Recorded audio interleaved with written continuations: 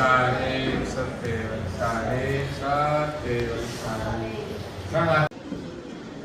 સતે વલસાડે. હવે પુસ્તિકા નીચે મૂકી દો, એને અડવાનું નથી. બંને હાથ તમારા ઢીંચણ ઉપર સીધા બેસવાનો. આજે પરમ ગુરુ શ્રીમદ કરુણાસાગર મંદિર જેઠોલીમાં પરમ ગુરુ શ્રીમદ કરુણાસાગર મહારાજની અસીમ કૃપા,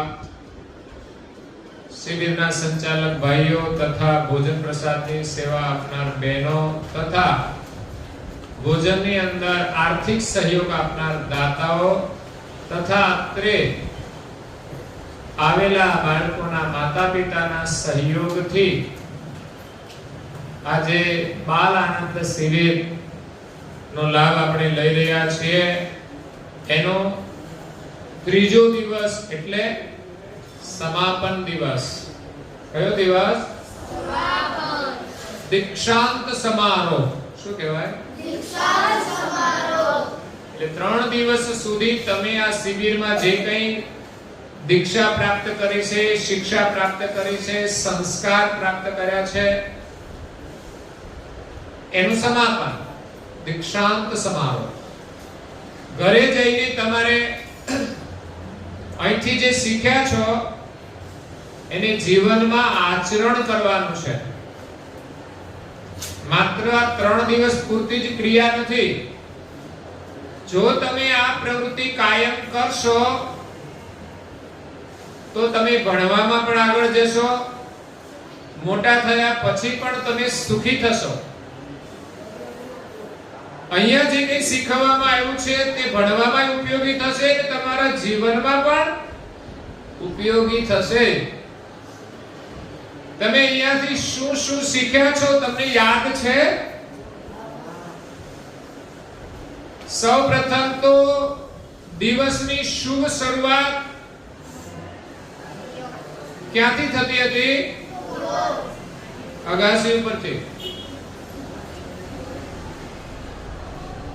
યોગ, આસન, હળવી કસરત, પ્રાણાયામ, સૂર્ય નમસ્કાર.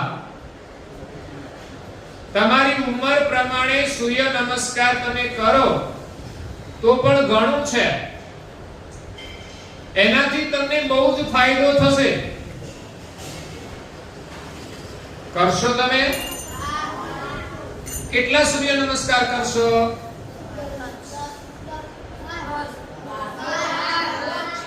ઓછામાં ઓછા 5 કરજો. ઓછામાં ઓછા 5. અને જેની બોડી વધારે છે એને કેટલા કરવાના? 10. બરાબર? 5 કરશે એની બોડી વધારે નહીં થાય, અને જેની વધારે છે ને ઓછી કરવાની છે. નહીં તો પછી તમારી બોડીને તમે ઉચકી શકશો. જો ઊભા થવામાં ટેકો આપવો પડે તો સમજવાનું તમારી બોડી વધારે છે. તમારું વજન તમારી ઉંમર પ્રમાણે વધારે હોય તો તમારે રોજે 10 વાર સૂર્ય નમસ્કાર કરવા. સૂર્ય નમસ્કાર કરવાથી સૂર્યદેવના તો આશીર્વાદ મળે છે, એનો પ્રકાશ તો આપણને મળે છે, પણ સાથે સાથે બીજો શું લાભ થાય છે? તો કે આપણું શરીર સ્વસ્થ રહે, આપણું શરીર નિરોગી રહે, અને સૂર્ય નમસ્કાર કરવાથી આપણું મન પણ પ્રસન્ન રહે. શરીરની અંદર જે આળસ હોય એ દૂર થઈ જાય અને શું આવે? સ્ફૂર્તિ. શું આવે? સ્ફૂર્તિ. આળસ એ પણ બીમારી છે. શું છે? ઘણા લોકો રૂમમાં જાય એટલે સીધા ગાદલામાં હુઈ જ જાય છે. પણ એવું કરવું જોઈએ? અમે વારંવાર કહ્યું છે કે આપણા રૂમને વ્યવસ્થિત રાખવાનો, ગમે ત્યાં સૂઈ જવાનું નહીં, વ્યવસ્થિત રીતે બેસવાનો, બેસીને થાકી ગયા હોય તો થોડી વાર ચાલવાનો. એનાથી શરીરને કસરત મળે છે. ઊંઘી જવાથી શું થાય? તો કે આળસ વધે. તો આપણે આળસ છોડીને અભ્યાસ કરવાનો છે.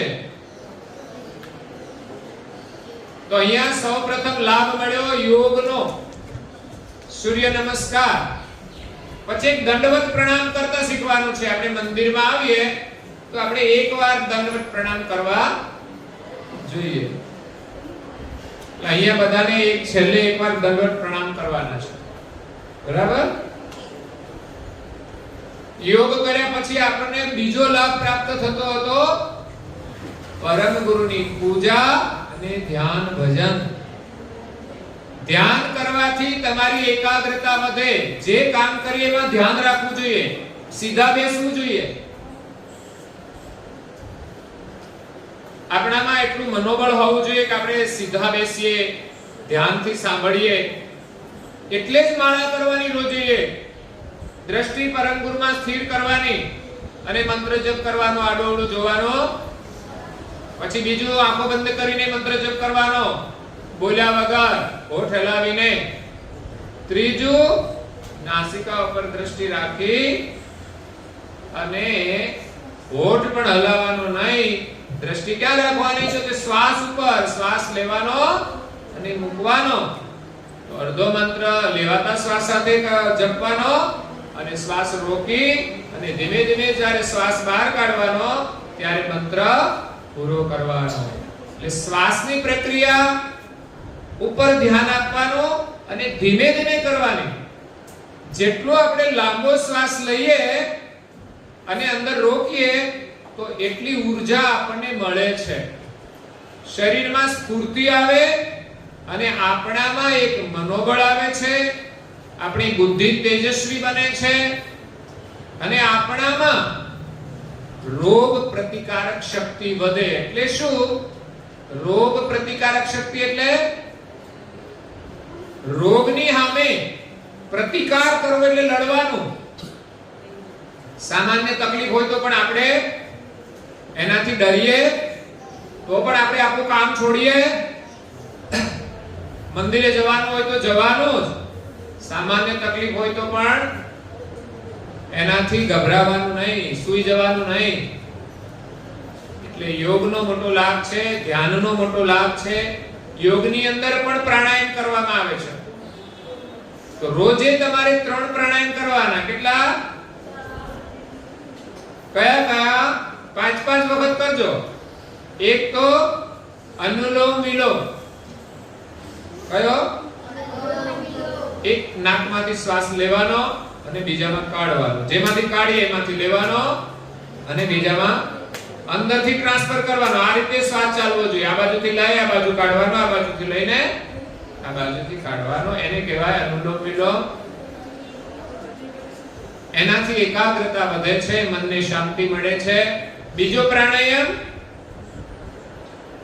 કયો કરવાનો? બીજો પ્રાણાયામ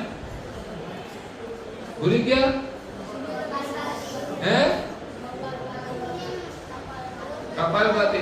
પહેલો તો સરળ તમારે કરવાનો છે ભ્રામરી પ્રાણાયામ. કેવી રીતે? શ્વાસ લો છો ઊંડો, કાનમાં આંગળી રાખી 2 આંગળીથી આંખો બંધ કરવાની. શ્વાસ ઊંડો લઈ અને નાકમાંથી હવા કાઢવાની.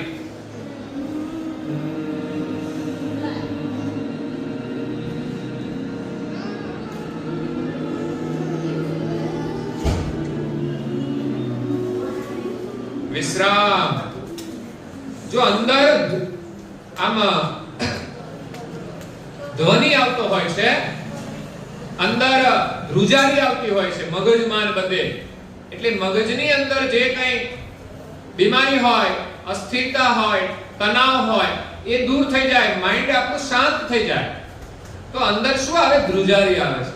અંદર અવાજ થાય એટલે આપણું માઇન્ડની અંદર જે કચરો છે ને એ દૂર થઈ જાય.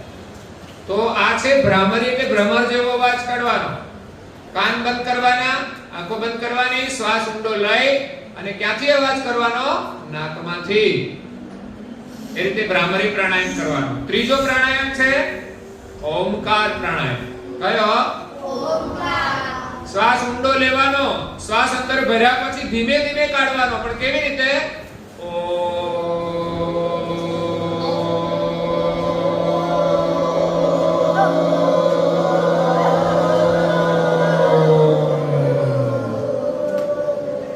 આવું 5 વાર કરવું. ભ્રામરી પણ 5 વાર કરવાનો અને અનુલોમ વિલોમ પણ 1 મિનિટ 2 મિનિટ કરવાનો. તો યોગનો બહુ લાભ છે. આપણે ધ્યાન કર્યો, અમર મંત્રનો જપ પણ રોજ કરવાનો. કરશો આમાંથી કેટલા લોકો? ચોક્કસ કરશો. તમે જે સંકલ્પ લ્યો એ કરો એટલે તમે જીવનમાં ખૂબ આગળ વધો. કેટલા લોકો અમર મંત્ર કરશે ભાઈ? હે?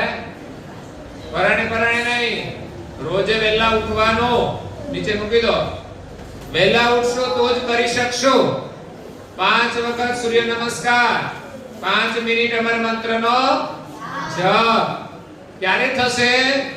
વહેલા ઉઠીશું તો. એટલે પહેલો નિયમ આપણે વહેલા ઉઠવાનો.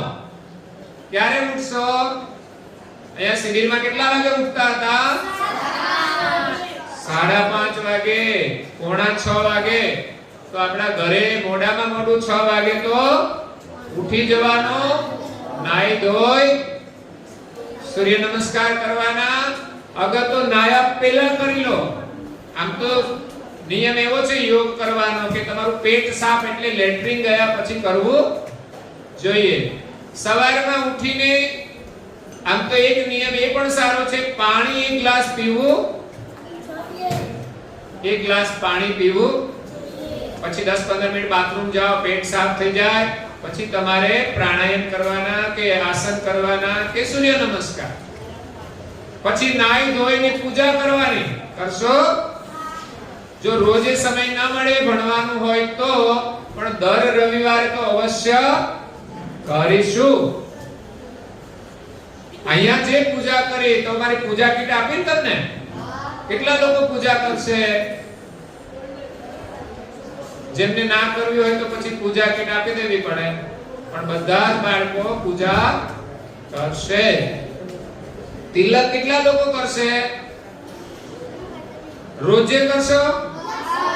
સ્કૂલમાં તિલક કરીને જશો? ચોક્કસ. પરમ ગુરુના તમને ખૂબ આશીર્વાદ છે કે તમે સારું ભણો, ભણીને ખૂબ આગળ વધો. પછી જય વિધિ આવડી ગઈ બધાને? રોજ એકવાર સવારે, એકવાર સાંજે જય બોલવાની અને જમતા પહેલા શું કરવાનું? શ્લોક બોલી પરમ ગુરુને પ્રણામ કરી અને પછી ભોજન. યાદ રહેશે બધું? આ કરશો ને તો યાદ રહેશે, ને તો ભૂલાઈ જશે. બીજું આપણે સ્વચ્છતાનું ધ્યાન રાખવાનું છે. શાનો? આપણું શરીર સ્વચ્છ હોવું જોઈએ, આપણા કપડા સ્વચ્છ હોવા જોઈએ, આપણી પાસે એક હાથ રૂમાલ હોવો જોઈએ, આપણા જૂતિયા સ્વચ્છ હોવા જોઈએ, આપણા જૂતિયા યોગ્ય જગ્યાએ મૂકવા. એવું નહીં કે દોડતા દોડતા ચપ્પલ કાઢીને ગમે ત્યાં ફેંકી દઈએ. આપણો થેલો હોય ભણવાનો એ પણ યોગ્ય જગ્યાએ મૂકવો. આપણા ચોપડા હોય એ પણ યોગ્ય જગ્યાએ મૂકવા અને એની અંદર સરસ અક્ષરે લખવું. સારામાં સારા અક્ષર આપણે કાઢવા તો બીજાને વાંચવું ગમે. એટલે સવારે વહેલા ઉઠવાનું એ નિયમ મહત્વનો છે. ગળામાં કંઠી રાખવાની. આપણા ગળામાં કંઠી હોવી અહીંયાથી તમને આપવામાં આવશે, પછી તૂટી જાય તો પાછી બીજી કંઠી પહેરી લેવાની. બીજી એક મહત્વની વાત છે કે પરમ ગુરુની આજ્ઞા આપણે પાળવાની છે. સાંજે પણ આપણે આરતી કરવાની. તમને આરતીની પુસ્તિકા આપી છે, એમાંથી માત્ર તમારે આરતી પછી ભોજન લેવાનું. પછી આપણા ઘરમાં જે માતા પિતા છે એમને પ્રણામ કરવાના. સવારે નાઈ ધોઈ પરમ ગુરુની પૂજા કર્યા પછી, તિલક કર્યા પછી માતા પિતાને પ્રણામ કરવાના. કેટલા લોકો આમાંથી રોજ કરે છે? તમે દરરોજ પ્રણામ કરો છો? જે કરતા હોય એ જ હાથ ઊંચો કરે. તમે માતા પિતાને રોજ પ્રણામ કરો છો? કેટલા બાળકો કરે છે? આટલા બાળકો રોજ પ્રણામ કરે, તું પગે લાગે છે મમ્મી પપ્પાને? હે? રોજે નીચે મૂકી દો હાથ. ઘરે જઈને દરરોજ કેટલા લોકો માતા પિતાને પગે લાગશે?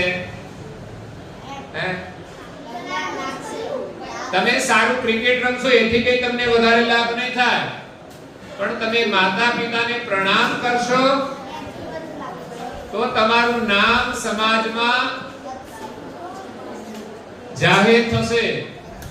નીચે હાથ રાખી દો. માતા પિતાની આજ્ઞા પાળવાથી આશીર્વાદ મળે છે. શું મળે છે? આશીર્વાદ. વડીલોની આજ્ઞા પાળવાથી આપણને શું લાભ થાય તમારે જાણવું છે? તો એક નાનકડી વાર્તા કરું છું. સીધા બેસવા. ટેકો કે માફર? પહાડની તળેટીમાં એક લક્ષ્મણપુરા નામે ગામ હતું. એક નગર હતું. એ નગરની અંદર એક જયરામ પંડિત રહેતા હતા, જે બ્રાહ્મણ હતા. અને શું કામ કરતા? તો કે પૂજા પાઠ કરવાનું, કર્મકાંડ કરવાનું. એમને એક દીકરો હતો.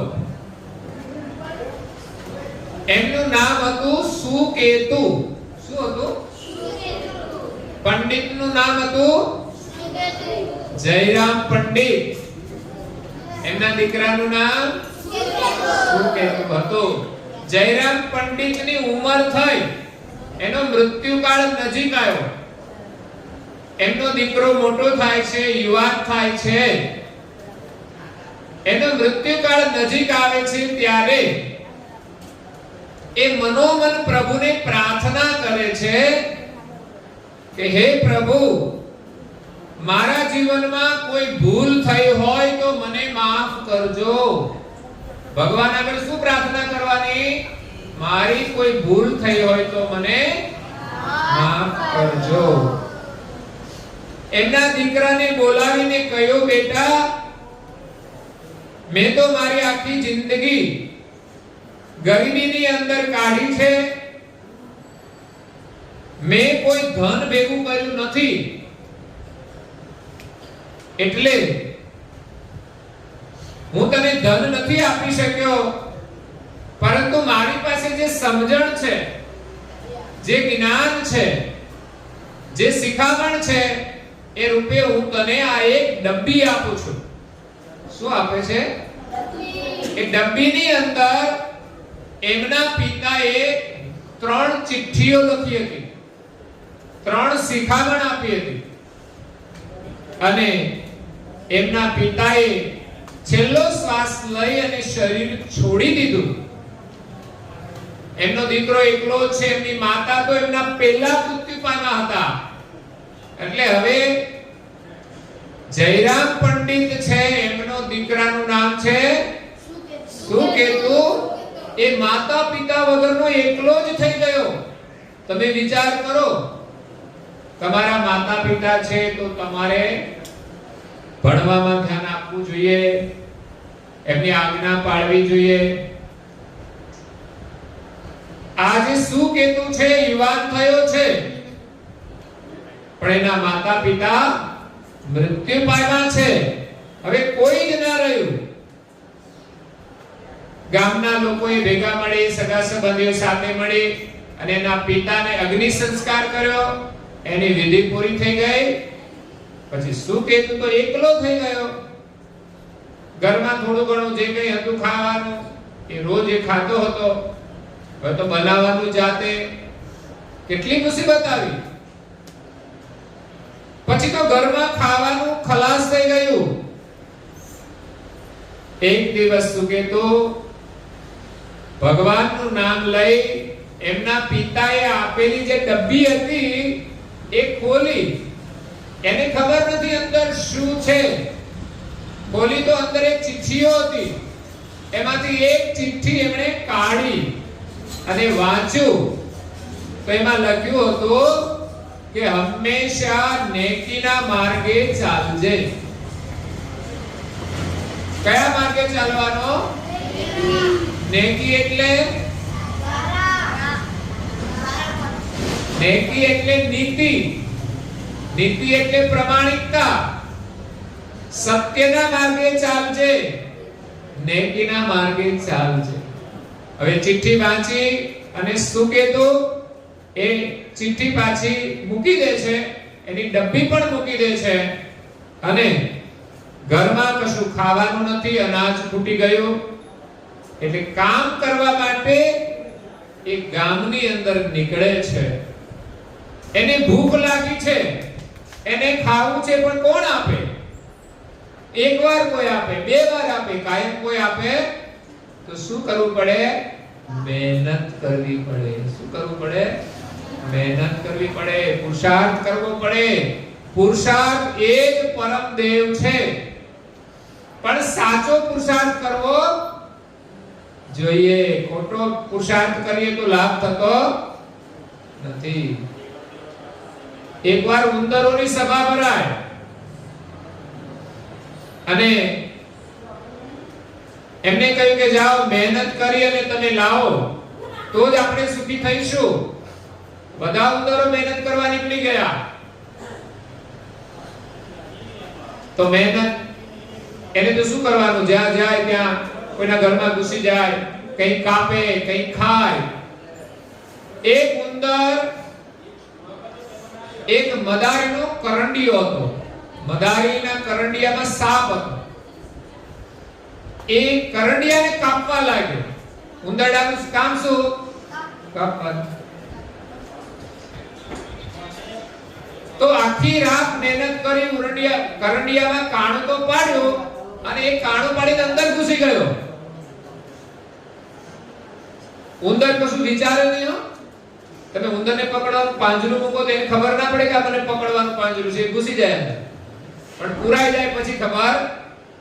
એમ કરંડિયાની અંદર ગયો એટલે જેવો ઉંદર આવ્યો ત્યારે સાપ જાગી ગયો. એને જોયું આ ઉંદર, તરત જ એમણે એને પકડી લીધો અને ગળી ગયો. તો શું થયું? ઉંદરનું મૃત્યુ થઈ ગયું. ઉંદરે મહેનત તો કરી, પણ સાચી મહેનત કરી, ખોટી મહેનત કરી તો શું થયું? એ મરી ગયો. એમ જીવનમાં આપણે સાચી મહેનત કરવાની અને સારી મહેનત કરવાની. સીધા બેસો. તો અહીંયા શું કહેતું? કામ કરવા માટે બજારે નીકળ્યો. એક દુકાનવાળા ભાઈ હતા, એને કહ્યું કે ભાઈ મારે ખાવું છે, મને બહુ ભૂખ લાગી છે, પણ કોણ આપે ખાવાનું? એને કહ્યું હું કંઈક કામ કરીશ, મહેનત કરીશ. તો એ દુકાનદારનો નોકર એક દિવસ આવેલો નહીં એ દિવસે. એટલે એમણે કહ્યું કે ભાઈ તો આ દુકાનમાં કામ કર, અહીંયા હમણાં ટેમ્પો આવશે, એમાંથી સામાન ઉતારવાનો હોય તો ઉતારી દેજે, અને અહીંયા ગ્રાહકો આવે એને જે વસ્તુ માંગુ તે તું લાવજે દુકાનમાંથી. તો કઈ વાંધો નહીં. એટલે શું કહેતું? યુવાન એ દુકાનની અંદર કામ કરવા માટે રહી જાય છે. આખો દિવસ ખૂબ મહેનત કરે છે, સારી રીતે કામ કરે છે. જો હંમેશા કોઈ પણ કામ સારી રીતે કરવું તો જીવનમાં આપણે ખૂબ આગળ વધીશું. સાંજ પડી, એમને 50 રૂપિયા શેઠે આપ્યા. નક્કી કર્યા કે 50 રૂપિયા આપીશ. તો 50 ની નોટ આપી અને શું કહેતું? લઈને જાય છે કંઈ ખાવાનું લેવા માટે. પણ જોયું થોડો આગળ જાય છે તો 50 ની 2 નોટ આવી ગઈ. કામ થઈ ગયું, 2 દિવસનો લાભ થઈ ગયો. કોઈની પાસેથી આપણે 50 લેવાના હોય અને 100 આવી જાય તો કેટલું સારું થઈ જાય. ડબલ પૈસા મળી જાય. તો આપણે શું કરવું જોઈએ? પાછા આપી દેવા જોઈએ. પાછા આપી દઈશું. ક્યારે આપણા કોઈની પાસેથી 5 રૂપિયા 10 50 100 વધારે આવી જાય તો શું કરવાનું? પાછા આપી દેવાના. કોઈના લેવાના નહીં, પણ વધારે આવી જાય તો પાછા આપી દેવાના. આ શું કીધું? એ પણ એ જ કર્યું. એના પિતાએ એને શું શિખામણ આપી હતી ચબરખીમાં? કે તું કયા માર્ગે ચાલજે? નેકીના માર્ગે, નીતિના માર્ગે, પ્રમાણિકતાના માર્ગે. એટલે એમણે ચોરી તો કરી જ નથી, પણ ભૂલથી 50 રૂપિયા વધારે આવી ગયા તો એને પિતાની શિખામણ યાદ કરી કે નેકીના માર્ગે ચાલજે. તો 50 રૂપિયા પાછા આપવા માટે જાય છે. તો દુકાનદાર ખુશ થઈ જાય છે કે આવો છોકરો તો મેં હજુ કોઈ દિવસ જોયો કે કોઈને આપણે 10 રૂપિયા વધારે આપ્યા હોય, 50 આપ્યા હોય ને આપણે પાછા આપે. મોટા ભાગના લોકો તો લઈને જતા રહે, વાપરી નાખે, ખુશ થઈ જાય. પરંતુ આ બાળક જ્યારે 50 રૂપિયા પાછા આપે છે એને જોઈને દુકાનદાર ખુશ થયા અને કહ્યું કે તું રોજ મારી દુકાનમાં કામ કરવા માટે આવજે. એમને તો એક દિવસ માટે રાખ્યો હતો, પણ આવો સારો યુવાન જોઈને દુકાનદાર એને કાયમી નોકરી આપી દીધી. હવે શું કહેતું, જ્યારે ઘરે આવે છે એ પૈસામાંથી જમવાનું ભોજન બનાવે છે અને ભોજન બનાવ્યા પછી સાંજે એ જમવાનું હોય છે એના પહેલા જ્યારે એની નોકરી મળી ત્યારે ખુશ થઈ ગયો કે મારા પિતાના આશીર્વાદથી, એમની શિખામણ માનવાથી મને આ નોકરી મળી છે. ત્યારે એમણે પેલી ડબ્બી ખોલી અને એમાંથી એક બીજી ચિઠ્ઠી કાઢી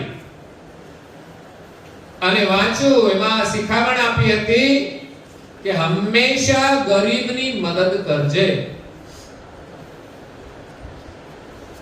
ભૂખ્યાને ભોજન આપજે. શું?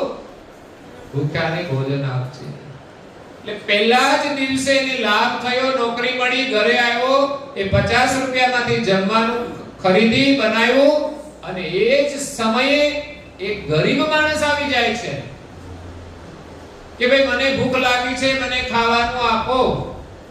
તો શું કહેતું, પાસે તો હજુ 50 રૂપિયા જ આવ્યા હતા, એમાંથી એમણે જમવાનું બનાવ્યું હતું, પણ પોતાનું જે જમવાનું હતું એમાંથી પહેલા ગરીબને એમણે આપી દીધું. આવું આપણે કરીશું? આપણી પાસે જમવાનું હોય, કોઈ ગરીબ હોય, કોઈ ભૂખ્યો હોય, તો આપણા જ ભોજનમાંથી એમને આપવું. પહેલા તો અડધું ભોજન આપવું જોઈએ અને વધારે ભૂખ્યા હોય તો બધું જ આપી દેવાનું. આપણા ઘરમાં હોય તો આપણે ફરી બનાવવાનું કે ફરી જમવાનું, એક દિવસ ભૂખ્યા રહી જવાનું. તો એ રીતે આંગણે આવેલા ગરીબ માણસને એ શું કીધું, એ પોતાનું ભોજન આપી દીધું, પોતે ઉપવાસ કરી લીધો. બીજો દિવસ સવાર થયો, રાજના સિપાહીઓ એમના ઘરે આવે છે, એને પકડી જાય છે કે ચાલો રાજા બોલાવે છે. જો કે આ બાળકે તો કઈ ભૂલ કરી નહોતી, છતાં પણ રાજાના સિપાહીઓ એને રાજ દરબારમાં લઈ ગયા અને રાજાએ એમને કહ્યું કે ગઈકાલે રાત્રે તમે એક ભૂખ્યા માણસને ભોજન કરાવ્યું છે, એટલે તમે સારું કામ કર્યું છે. એનાથી રાજા ખુશ થયા અને પ્રધાનજીને કહ્યું કે આ બાળકને 10 સોના મોરો આપી દો. જો જીવનમાં સારું કામ કરીએ તો અવશ્ય લાભ થાય જ છે. એમણે કે સોના મોરો લેવા માટે કામ કર્યું નહોતું. જો કંઈક લેવાની આશાથી કરીએ તો ના મળે, પણ આપણે તો સારું કામ કરવું જ જોઈએ. એવી ભાવનાથી જ્યારે કરીએ ત્યારે ચોક્કસ એનો લાભ આપણે ભગવાન આપે જ છે. તો રાજાને કેમ ખબર પડી? તો કે રાજા નગરની અંદર જોવા માટે નીકળ્યો હતો, કોણ સુખી છે, કોણ દુખી છે.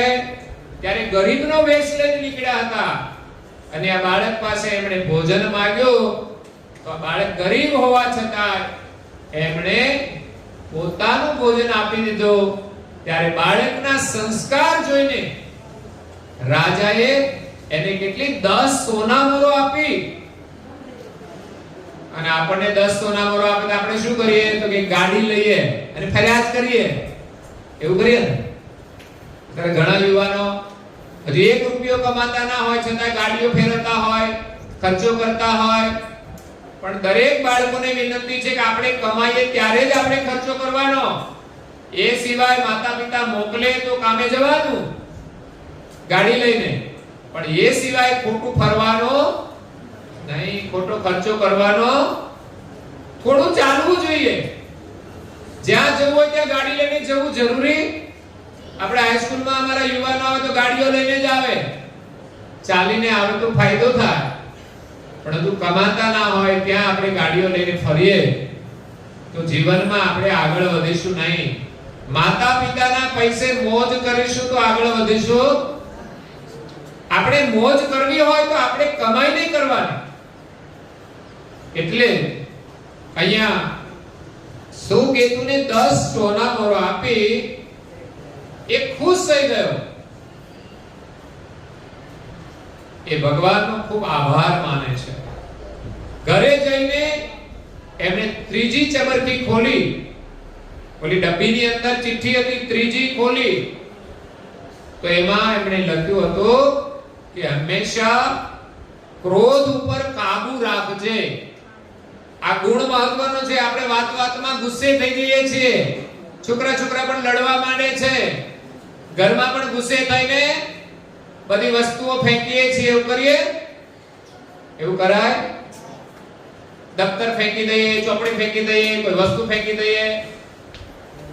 તો ગુસ્સા ઉપર આપણે કાબુ રાખવો.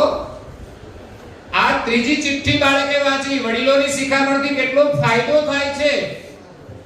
આપણને સારા કાર્યમાં વિશ્વાસ આવવો જોઈએ. સીધા બેસવું તપશ્ચર્યા છે. હવે સુકેતુ એને પેલા તો નોકરી મળી ગઈ, બીજા દિવસે રાજાએ એને 10 સોના મોરો આપી દીધી, અને ત્રીજી શિખામણ એમણે વાંચી કે ગુસ્સા ઉપર કાબુ રાખજે. તો એને 10 સોના મોરો મળી, એમણે એને સાચવીને મૂકી દીધી. એવું નહીં કે વાપરી નાખે. પહેલા તો ભગવાનનો ઉપકાર સમજી ભગવાનને ધન્યવાદ આપવા માટે એ બાળક વેલો ભગવાન પાસે મંદિરમાં જાય છે. તો આપણને લાભ થાય તો પરમ ગુરુના દર્શન કરવા માટે જવાનું, એને પ્રાર્થના કરવાની કે આપના આશીર્વાદથી મારું રિઝલ્ટ સારું આવ્યું છે. મહેનત તમારે કરવી જોઈએ. મહેનત વગર સારું રિઝલ્ટ આવશે? પણ છતાંય સારું રિઝલ્ટ કેમ આવ્યું? તો કે ભાઈ પરમ ગુરુના આશીર્વાદથી, બીજું માતા પિતાના આશીર્વાદથી. તો એને પણ પ્રણામ કરવા જોઈએ. અને ત્રીજું તમારામાં આત્મવિશ્વાસ જોઈએ કે આપણે મહેનત કરવી જોઈએ. આ બાળક મહેનત કરે છે તો લાભ થયો છે. મફતનું એને લીધું નહીં તો લાભ થયો. 10 સોના મોરો મળી, ભૂખ્યાને ભોજન કરાયું તો લાભ થયો. હવે ભગવાનને ધન્યવાદ આપવા માટે સુકેતુ ઘરેથી જલ્દી નીકળે છે, ઉતાવળો દોડતો એ મંદિરે જાય છે. મંદિરના પગથિયા ચડે છે. ત્યાં એક શેઠ હોય છે. એ શેઠ દર્શન કરવા માટે જતા હતા, પણ એ ઉંમરવાળા હતા. એમની પાસે એક લાકડી હતી. એ લાકડીના ટેકે પગથિયા ચડતા હતા. એ દર્શન કરી અને મંદિરમાં ત્યાં પગથિયામાં હતા ત્યારે સુકેતુ દોડતો જાય છે અને દાદા સાથે અથડાઈ જાય છે. દાદા પડી ગયા, એની લાકડી પડી ગઈ, સુકેતુ પણ પડી ગયો. સુકેતુ તો બાળક હતો, એ જલ્દી ઊભો થઈ ગયો, પણ દાદા ઊભા થયા. સુકેતુને ઘણો અફસોસ થાય છે કે મારાથી મોટી ભૂલ થઈ ગઈ. દાદા સાથે અથડાયો, દાદા પડી ગયા.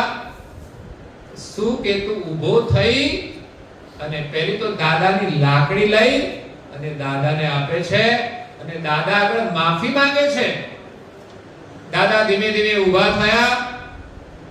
જ્યારે સુકેતુએ માફી માંગી ત્યારે બદલામાં દાદાએ એક તમાચ મારી દીધી કે દેખાતું નથી, મારી સાથે અથડાયો, પડી ગયો. અને શેઠ ગુસ્સાવાળા જ હતા. શેઠને પેઢી ચાલે, પેઢીએ જાય, ત્યાં પણ એના નોકરો કામ કરતા હોય તો એના ઉપર પણ એ ગુસ્સો કરે. ગુસ્સો કરે એટલે શું થાય? કે ના નોકરો બહુ દિવસ કામ કરે નહીં, થોડા દિવસ નોકરી કરે છોડી ચાલ્યા જાય. કેમ કે તો શેઠ બહુ ગુસ્સો કરે છે, કારણ વગરનો ગુસ્સો કરે છે.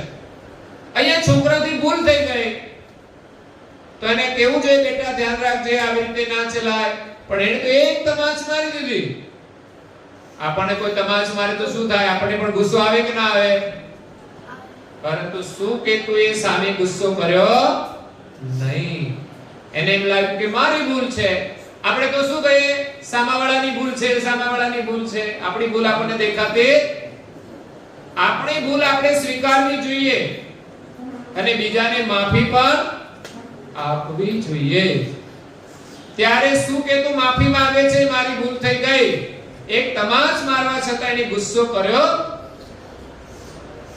પછી દાદા દર્શન કરીને ઘરે ગયા. શું કેતું પણ દર્શન કરીને પછી એના કામ ઉપર જાય છે, નોકરી કરે છે દુકાનમાં, કાયમી નોકરી મળી ગઈ છે. શેઠે ઘરે જઈને શેઠાણીને વાત કરી કે આજે મંદિરમાં આવું થયું અને મને તો બહુ જ ગુસ્સો આવ્યો. પરંતુ જ્યારે સુકેતુને ગુસ્સો નથી આવતો, માફી માંગે છે, ત્યારે શેઠનું હૃદય હલી જાય છે. જોવા જેવું એ છે, આપણે કોઈને તમાચ મારી અને ગુસ્સો ના કરે તો આપણને આશ્ચર્ય થવું જોઈએ કે આ તો કેવો બાળક છે, ધૈર્યવાળો, સહનશીલતાવાળો. આપણે કેવા બાળક બનવાનો? ધૈર્યવાળા, સહનશીલતાવાળા. ત્યારે શેઠાણીએ કહ્યું કે તમે પેઢી ઉપર પણ ગુસ્સો કરો છો, કોઈ માણસ રહેતું નથી, આ ઘરમાં નોકરો કામ કરે છે એ પણ રહેતા નથી,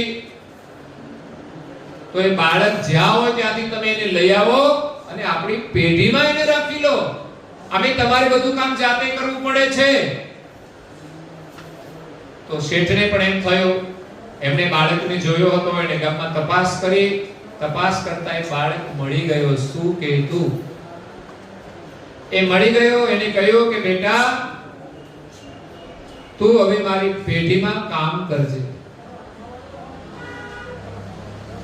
તો શું કેતુને તો એક દુકાનની નોકરી હતી, એના કરતા પેઢીમાં સારી નોકરી મળી ગઈ.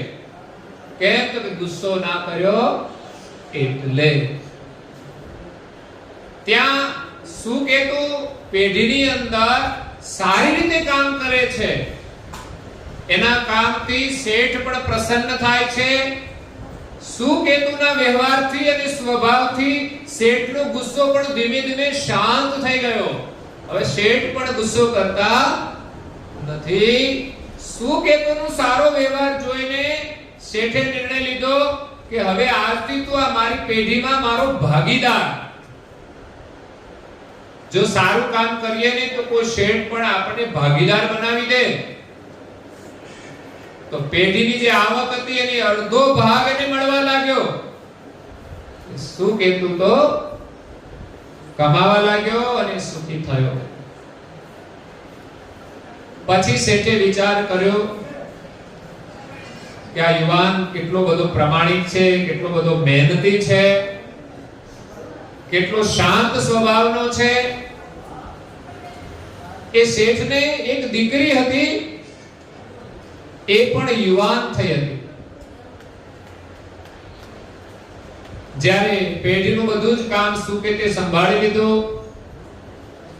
એનો શાંત સ્વભાવ, ઈમાનદારી જોઈ અને સુકેતુથી પ્રસન્ન થઈ અને છેવટે એમની એક દીકરી હતી, એ દીકરીના લગ્ન એમણે સુકેતુની સાથે કરી દીધા. એમના લગ્ન પણ થઈ ગયા એક શેઠની દીકરી સાથે.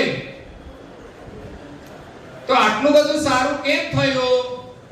તો કે સૌપ્રથમ સુકેતુએ એમના પિતાની જે આજ્ઞા હતી, કઈ કઈ આજ્ઞા હતી? પહેલી આજ્ઞા, નેકીના માર્ગે ચાલજે, મહેનત કરજે ને નેકીના માર્ગે ચાલજે. તો એને મહેનત કરી, નીતિના માર્ગે ચાલ્યો. પછી બીજી શિખામણ શું હતી? ભૂખ્યાને ભોજન આપજે, ગરીબને મદદ કરજે ભૂખ્યાને ભોજન આપજે. એમણે આપ્યું તો રાજાએ એને 10 સોના મોહર આપ્યું. અને ત્રીજી ચિઠ્ઠી હતી, શિખામણ હતી, ગુસ્સા ઉપર કાબુ રાખજે, ક્રોધ કરીશ નહીં. ક્રોધ આવે સ્વાભાવિક, કોઈ તમાચો મારે તો ક્રોધ આવે, પણ એના ઉપર આપણે કાબુ રાખવાનો, વિચારા વગર કામ કરવાનો. તો શેઠે એને નોકરીમાં રાખી લીધો, એમને સારી રીતે કામ કર્યું તો ભાગીદાર બનાવી દીધો. અને શેઠને થયું કે આવો સંસ્કારી છોકરો આપણને ક્યારે મળશે, એમની સાથે એમની દીકરીના એમને લગ્ન કરી દીધા. તો આ રીતે વડીલોની આજ્ઞા પાળવાથી એ બાળક સુખી થયો. તો આપણે પણ માતા પિતાની આજ્ઞા પાળવી જોઈએ, વડીલોની આજ્ઞા પાળવી જોઈએ, જીવનમાં હંમેશા મહેનત કરવી જોઈએ. એક સંસ્કૃત શ્લોકની અંદર કહેવામાં આવ્યું છે, ઉદ્યમેન હિ સિદ્ધ્યંતિ કાર્યાણિ. આવડે છે તમને? ઉદ્યમેન હિ નહીં સિદ્ધ્યંતિ કાર્યાણિ ન મનોરથે. પુરુષાર્થ વિના કોઈ કાર્ય સિદ્ધ થતું નથી, કોઈ મનોરથ પૂરા થતા. મનમાં તો ઘણી ઈચ્છા હોય, પણ મહેનત કર્યા વગર કશું મળતું. અને એના માટે એક દ્રષ્ટાંત આપ્યું, નહીં સુપ્તસ્ય સિંહસ્ય પ્રવિશન્તિ મુખે મૃગાહ. સુતેલા સિંહના મુખની અંદર કોઈ મૃગ આવી જતો, એને ખાવા મળી જતો. સિંહને ઉઠવું પડે, એમને જંગલમાં જઈ શિકાર કરવો, ત્યારે એને ખાવા માટે મૃગ મળે છે. એની જાતે કોઈ મૃગ મુખમાં આવી જતા. એમ તમે સારું ભણશો, મહેનત કરશો તો સારી નોકરી મળશે. શું મળશે? સારી. અને સારી નોકરી હશે તો સારી છોકરી મળશે.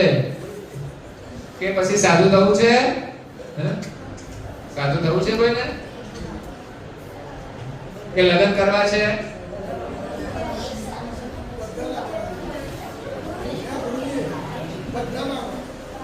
કોઈને સાધુ નથી થતું. સાધુનું જીવન ઉત્તમ છે, સુખવાળું છે, શાંતિવાળું છે. એને ખાવા માટેની કોઈ ચિંતા કરવાની. સાધુ જીવનમાં માત્ર ભગવાનનું ભજન જ કરવાનું, સમાજની સેવા જ કરવાની. આપણા દેશના પ્રધાનમંત્રી કોણ છે? એમને લગ્ન કર્યા હતા. એમના ધર્મપત્નીનું નામ શું છે? જશોદાબેન. પણ લગ્ન કર્યા પછી 2-3 મહિના રહ્યા પછી એ ઘર છોડીને ચાલ્યા ગયા.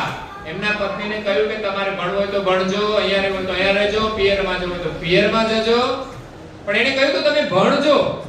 એની ઉંમર નાની હતી તો એ ભણ્યા અને શિક્ષિકા બન્યા. પણ નરેન્દ્ર મોદી એમને છોડીને દેશની સેવા માટે નીકળી ગયા.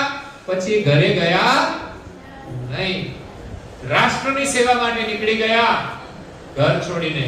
આજે દેશના પ્રધાનમંત્રી છે અને આખા વિશ્વના ટોપ નેતા છે, આખા વિશ્વને માર્ગદર્શન આપે એવા. એટલે સાધુ બનવું એ ઉત્તમ છે, પણ સાધુ બનવા માટેની આપણે તૈયારી કરવી પડે. આપણું મન શાંત હોવું જોઈએ. પરમ ગુરુની જે આજ્ઞાઓ છે એ આપણે પાળવી જોઈએ. અને પરમ ગુરુની આજ્ઞા પાળશો તો તમે મોટા થયા પછી પણ સુખી થશો. એટલે મહેનત અવશ્ય કરજો. આળસુ થશો? આળસ એ આપણા શરીરનો મોટામાં મોટો શત્રુ છે.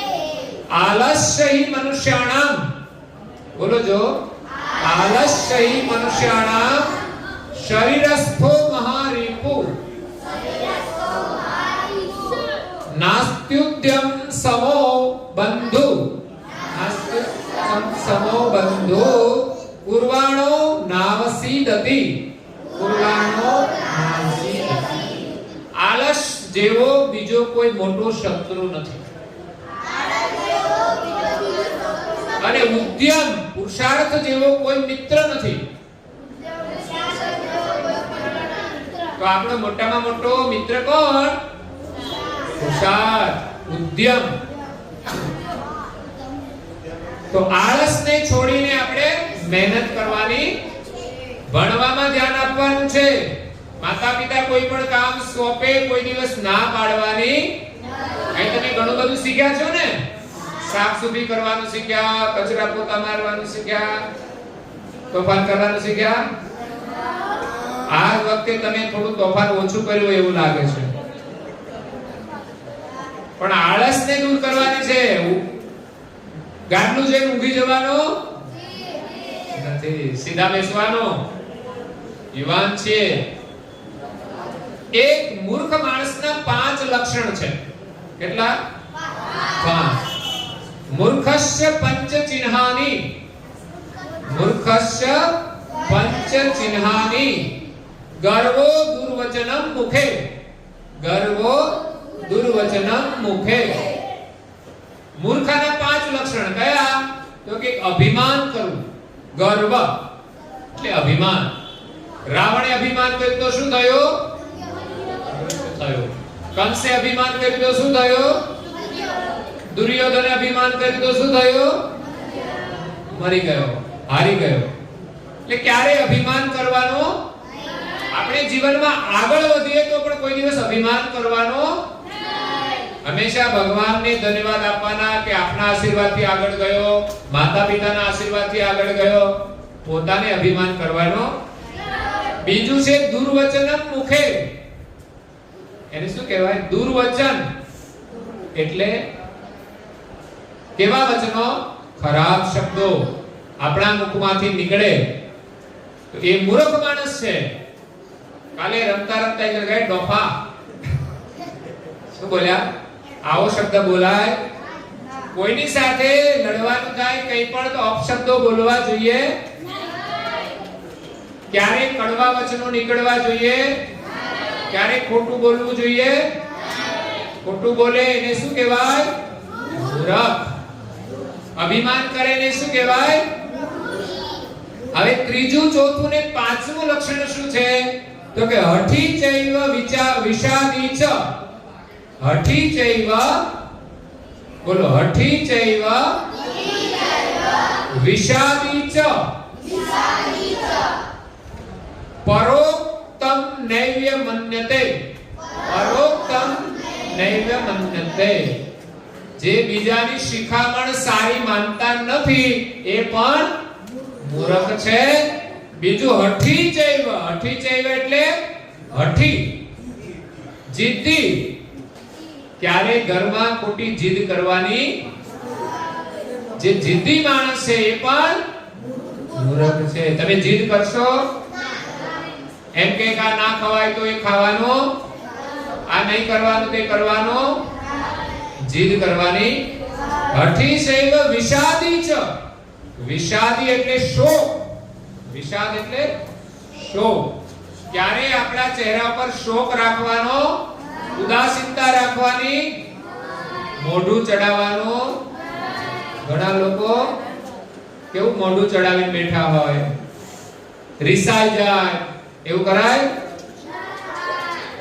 આપણે ખોટું કરીએ, મમ્મી પપ્પા આપણને શિક્ષા કરે તો મોઢું ચડાવવાનું, માફી માંગવાની અને ખુશ રહેવાનું. ફરી હું આવી ભૂલ કરીશ નહીં. તો હવે એક સૂત્ર છે પરોપકારઃ પુણ્યાય પાપાય પરપીડનમ. આ શું કહે છે? પરોપકાર જેવું બીજું કોઈ પુણ્ય નથી. પરોપકારઃ પુણ્યાય. પરોપકાર જેવું બીજું કોઈ પુણ્ય. પરોપકાર કોને કહેવાય? બીજાનું કામ કરવું એને પરોપકાર કહેવાય, એને પુણ્ય કહેવાય. અને પાપાય પરિપીડનમ. બોલો, પાપાય. આપણે તો પપ્પાને પાપા કહીએ છીએ. એ પાપા છે? પછી બાપુજી કહેવાય, પિતાજી કહેવાય, પણ આપણે તો શું કહીએ? પાપા. પાપાય પરિપીડનાય. તો બીજાને દુખી કરવા જેવું બીજું કોઈ પાપ? તમે બીજાને હેરાન કરશો, બીજાને હળિયો કરશો. તો આપણે હવે શીખવાનું છે એટલું. અહીંયા શિબિરમાંથી આપણે ઘણું બધું શીખ્યા. યોગ શીખ્યા, પ્રાર્થના શીખ્યા, પ્રવચન સત્રોમાં આપણે સારા પ્રવચનો સાંભળ્યા. બાલકુંવરની તપશ્ચર્યા, બાળપણમાં એ પંખીને ઉડાડવા જતા પણ પંખી ઉડાડતા એને ખવડાવી દીધું. પછી કૃષ્ણ સ્વામી મહારાજના આશ્રમમાં જઈને એમણે બગીચાની સેવા કરી. એ સિવાય શિક્ષકોએ તમને શું સમજાયું? કોના વિશે? છત્રપતિ શિવાજી કોણ હતા? કોઈ ખબર છે? છત્રપતિ શિવાજી કોણ હતા? બોલો બોલો. ઉભો થા. ઉભો થઈને બોલ બેટા. એનો પરિચય તમને કેટલો આવડે છે? એક રાજા હતા મરાઠા સામ્રાજ્ય. હા. મહાન શાસક હતા. હા. એમની માતાનું નામ ખબર નહીં? કોઈને આવડે છે? શિવાજીની માતાનું નામ બોલ. ઉભો થઈને બોલ. એમના ગુરુ રામદાસ હતા. બરાબર, સરસ. શિવાજીના ગુરુ કોણ હતા? રામદાસ. શિવાજીની સાચી ઓળખ એના ગુરુ કોણ છે? શિવાજીની સાચી ઓળખ એની માતા કોણ છે? અને શિવાજીએ શું કામ કર્યું એની ઓળખ છે. એમાંથી આપણે પ્રેરણા લેવાની છે. તો તમે પણ શિવાજી જેવા મહાન બનો. જે ખોટું કરતા હોય એનો તમે મોટા થયા પછી પણ શિવાજીની જેમ વિરોધ કરો, એની સામે લડો. બીજું તમે શું સાંભળ્યું? કયા વિષય ઉપર?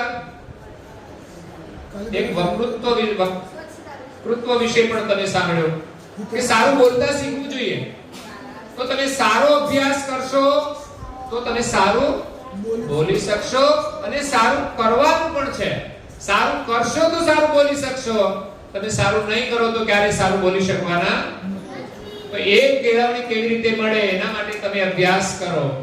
અને ત્રીજો તમે શું વિષય સાંભળ્યો? સ્વચ્છતા. એ પણ આપણે ગઈકાલે દેશ માટે વિવિધ પ્રકારે આપણે કેવી રીતે સેવા કરી શકીએ તો સ્વચ્છતા પણ રાખવાની. પાણીનો બગાડ નહીં કરવાનો, વિદ્યુતનો બગાડ નહીં કરવાનો, પ્લાસ્ટિકનો ઉપયોગ નહીં કરવાનો, ક્યાંય ગંદકી નહીં કરવાની. પછી કયા વિષય ઉપર બાકી રહ્યો? એક સાધુ નો વિષય હતો સિકંદર વિશે. તો એમાંથી આપણે શું બોધ લેવાનો છે? બોલજો. ગુરુની આજ્ઞાનું પાલન કરવા. સિકંદર આખા વિશ્વ ઉપર વિજય લેવા માટે નીકળ્યો હતો, પણ ગુરુએ એની શિખામણ આપી હતી કે ભારત દેશની અંદર બધા રાજાઓ ધાર્મિક વૃત્તિ વાળા છે, એટલે એના સામે વિજય મેળવવો મુશ્કેલ છે. છતાંય સિકંદર આવે છે અને એમને એક સાધુ વિશે સાંભળ્યું. ત્યારે એમના દર્શન માટે જાય છે. એમને પૂછે છે, એના દર્શનથી પ્રભાવિત થઈ જાય છે. કારણ કે સાધુ પાસે કંઈ જ નથી, એ ત્યાગી છે. ખાવાની પણ ચિંતા નથી, કપડાની પણ ચિંતા નથી. ત્યારે એમણે તો પેલા રાજાએ સિકંદરે માણસોને મોકલ્યા કે જાઓ એ સાધુને લઈ આવો. પણ એ સાધુ કઈ આવે એવા હતા કે મારે ક્યાંય જવાની જરૂર નથી. ત્યારે સિકંદર સ્વયં આવે છે, પણ એનો ત્યાગ જોઈને ખુશ થઈ જાય છે. એ તો આવે છે ત્યારે એક થાળ ભરીને સોનામરો લઈને આપે છે, પણ સાધુ કહે છે કે આની અમારે જરૂર, અમારે તો જાજા કપડાની જરૂર નથી, એક લંગોટી મળી જાય તો બહુ થઈ ગયું, અને ખાવા માટે એક ટુકડો મળી જાય, ફળ મળી જાય તો પણ ઘણું છે. ત્યારે એનાથી ખુશ થઈને કહે છે કે મારું આયુષ્ય કેટલું છે? ત્યારે એને કહ્યું તું 4 મહિના રહીશ, વધારે જીવીશ. 4 મહિના પછી એવો બીમાર પડી ગયો કે ભારત ઉપર વિજય મેળવી શક્યો. એને કેટલું બધું ધન ભેગું કર્યું, સોનું ભેગું કર્યું, પણ એને કામ લાગ્યું. એટલે જીવનમાં બહુ ભેગું નહીં કરવાનું, જીવનમાં સારું જીવન જીવવાનું. એક સાધુના જીવનમાંથી આપણે જીવતા શીખવાનું. આપણે ત્યાગ ધારણ કરવાનો છે, બીજાને આપવાનું છે. ઓછામાં ઓછી વસ્તુથી આપણે જીવી શકીએ એ જ મહાનતા છે. 50 જોડી કપડા હોય તો એ કઈ મોટું વાત નથી, પણ 2 જોડી કપડામાં આપણે જીવી શકીએ એ મહાનતા છે. ઓછું ખાવાનું હોય ને આપણે જીવી શકીએ એ મહાનતા છે. એટલે આવું બધું તમને સાંભળવા મળ્યું, શિક્ષકોએ બહુ સારી રીતે તમને સમજાવ્યું. એ સિવાય તમને વધારે આનંદ આવ્યો રમતગમતમાં? જો કે ઘણી બીજી રમતો હોય છે, પણ તમને તો માત્ર ક્રિકેટમાં જ આનંદ આવે છે. પણ આનંદ કરવાનો છે, ખુશ રહેવાનું છે, તમારું મન પ્રસન્ન રહે. એ સિવાય પણ ઘણી રમતો આપણે શીખવા જેવી હોય છે, જે બુદ્ધિવર્ધક હોય. આમ તો રાત્રે થોડી એકાદ બે રમતો એને રમાડવી જોઈએ, બીજો કોઈ વિષય ના હોય તો. એ બધી બેઠી રમતો છે, હવે છોકરીઓ પણ અહીંયા જ રમાડે છે કે ઉપર રમાડે, એને પણ આપણે એક બે રમતોને રાત્રે સામેલ કરવી જોઈએ. દિવસે તો ઠીક છે ને, ઇન્ટરેસ્ટ એમાં છે તો એ રમે, એનાથી મન એનું ખુશ થાય. બહુ ટેલેન્ટ બાળકો પણ છે, એ બોલિંગ કરતા હોય તો એની આમ નજર સ્ટીક ઉપર હોય ને દડો મારે. પછી બેટ્સમેન પણ એવા જ હોય કે દડો આવે એટલે એને 4 ને 6 મારે, અને પ્લેયરો પણ એવા હોય ને કેચ કરી લે. આમાં બધામાં આપણે એકાગ્રતા રાખવાની હોય છે. જો હું બોલિંગ કરતો તો ત્યારે 2 કેચ છોડી દીધા એટલે મને થોડી નિષ્ફળતા મળી. એકાદી વિકેટ મળી હોત તો એમ થાત કે નાના બોલિંગ સારી હતી. એટલે ખૂબ મજા આવી બાળકો સાથે 3 દિવસ આનંદ કરવાની. અને આ જ રીતે હંમેશા આપણે આનંદ કરવાનો. બાળકોએ રમવું જોઈએ, ગેમ બહુ ખેલવી જોઈએ નહીં, એનાથી કઈ લાભ નથી થતો. ઘણા બાળકો આખો દિવસ ગેમમાં જતા રહે છે, તો એનું જીવન ગેમ જેવું થઈ જશે. આપણે બહાર બાળકોની સાથે રમવું જોઈએ, તો આપણને આનંદ આવશે. આપણા શરીરમાં થોડી ગરમી થશે તો આપણું શરીર નિરોગી રહેશે. શરીરમાં ગરમી પસીનો થવો જ જોઈએ. પછી આપણે નાહી ધોઈને ફ્રેશ થઈ જવાનું, પૂજા પાઠ કરવાની, પ્રાર્થના કરવાની, અને માતા પિતાની આજ્ઞા પાળવાની, અને ખાવાની વસ્તુ જ ખાવાની. બહારનો કચરો ખાવાનો, વાસી વસ્તુ ખાવાની. આપણે તો બહુ બહારનું ખાવાનું વધારે ખાતા હોઈએ છીએ, પણ એ સારું ના હોય તો ખાવું જોઈએ. વિચારવાનું આ સારું છે, શુદ્ધ છે તો ખાવાનું, નહીં તો નહીં ખાવાનું. ઘણા લોકો તો મસાલા ખાય, ખવાય? તમારા ઘરમાં કોઈ ખાતું હોય તો ના પાડજો. પછી ઘણા લોકો ઈંડા ખાય, ખવાય? પછી ઘણા લોકો તો માંસ ખાય છે. એટલે ભવિષ્યમાં આપણે બહુ ધ્યાન રાખવાનું છે કે આવા કોઈ મિત્રો કરવાના, એમની સાથે રહેવાનો, સારા મિત્રો સાથે જ રહેવાનું. સારું ભોજન કરશો તો સારા વિચાર આવશે, સારા વિચાર આવશે તો સારા કામ કરશો. આપણી ભારતની સંસ્કૃતિ એવી છે કે વિદેશના લોકો માંસ ખાય છે, પણ અહીં ભારતમાં આવીને છોડી દેશે કે આ માંસ ખવાય, ઈંડા ખવાય. અત્યારે તો બધે બહુ મળે છે ને, અત્યારે તો બહુ પીવે છે લોકો. એ કોઈ દિવસ પીવાય? દેશી ના પીવાય ને ઇંગ્લિશ પણ. ક્યારે કોઈના લગ્નમાં આવું લાવવું જોઈએ? અને લાવે તમને ખબર પડે તો વિરોધ કરશો? તમે શું કરશો? એટલે કે તમે આ ઘરમાં લાવશો તો અમે આ ઘરમાં રહીશું?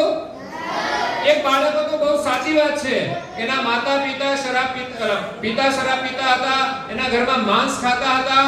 એ છોકરાએ વિરોધ કર્યો. એ કે હું પૂજા કરું છું ને ઘરમાં ચારે બાજુ માંસના લોચા ગંધ મારે, પિતા શરાબ પીવે, આમાં કેવી રીતે મારે પૂજા કરવાની?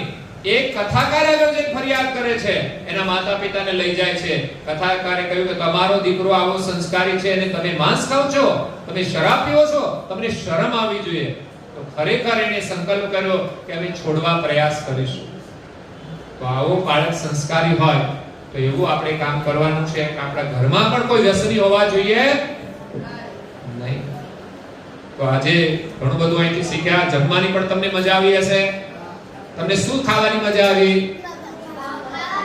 પાવભાજી, બધું જ.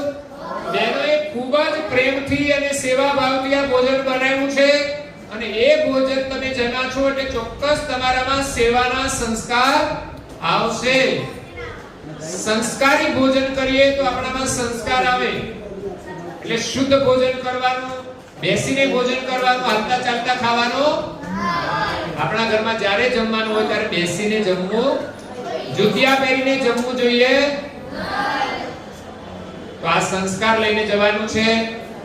અને આપણા ઘરમાં પણ આવી કોઈ ભૂલ થતી હોય તો એને આપણે સુધારવાની છે. ખૂબ સરસ તમે આનંદ કર્યો. સમય થઈ જાય છે આપણો. આજે સમાપન સત્ર છે, આશીર્વાદ સત્ર છે. પરમ ગુરુના તમને ખૂબ આશીર્વાદ છે કે તમે સ્વસ્થ રહો, તમે સંસ્કારી બનો અને તમે ભણીને ખૂબ આગળ વધો. તમારા જીવનમાં તમે સુખી રહો, જીવનમાં સારા કામ કરો કે જેથી તમારું નામ તમારા પરિવારની અંદર એનું ગૌરવ થાય, તમારા ગામની અંદર એનું ગૌરવ થાય અને એથી તમે આગળ વધો તો તાલુકા જિલ્લામાં અને ગુજરાતની અંદર તમારા રાજ્યની અંદર તમારું ગૌરવ થાય અને એથી પણ તમે આગળ વધીને સારા કામ કરશો તો દેશની અંદર તમારું ગૌરવ થશે અને દેશમાં જો તમે સારું કામ કરશો તો આખા વિશ્વમાં તમારું નામ થશે. તો આવું કામ આપણે કરવાનું છે. હંમેશા આગળ વધવા જ પ્રયાસ કરવાનો અને સારું કામ કરીશું તો ચોક્કસ આપણે આગળ વધીશું. વિશેષ કહેવાનું કશું રહેતું નથી. પરમ ગુરુની આજ્ઞા પાડજો, જેટલી પડાય એટલી. ફરી પાછા શિબિરમાં આવજો અને બીજા તમારા મિત્રો હોય એને પણ લઈને આવજો. અહીંથી ઘરેથી ગયા પછી તોફાન ઓછું કરજો. અગર તો ન કરતા તો તમે ખૂબ આગળ વધશો. તમારી શક્તિ તોફાનમાં વપરાવી જોઈએ, બગડવી જોઈએ, વેડફાવી જોઈએ. તો સીધા બેસો અને આ સાથે આજના પ્રવચન સત્રને અહીંયા વિરામ આપીએ છીએ. અસ્તુ સત કેવલ સાહે.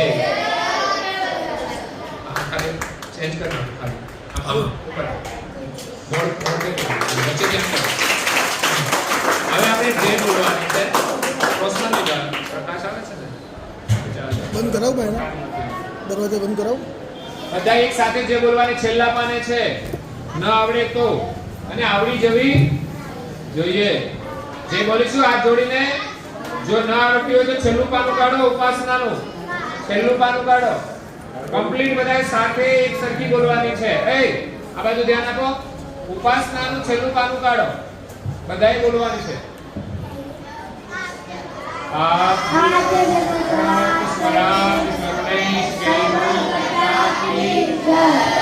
श्री कृष्ण स्वामी महाराज की परम गुरु श्रीमद् करुणा सागर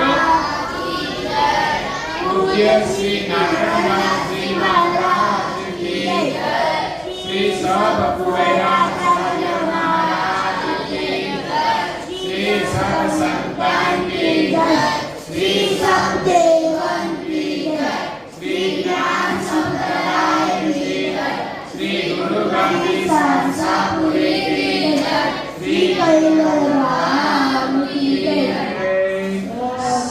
प्रबोधन सत्र दीक्षांत समारोह सत्र पूर्णावती का 3 बार पगे लागिशु शांति थी. धीमे धीमे सब केवल साहे, सब केवल साहे, सब केवल साहे. બે હાથ જોડીને બધા બોલજો. सब आजू बाजू सौने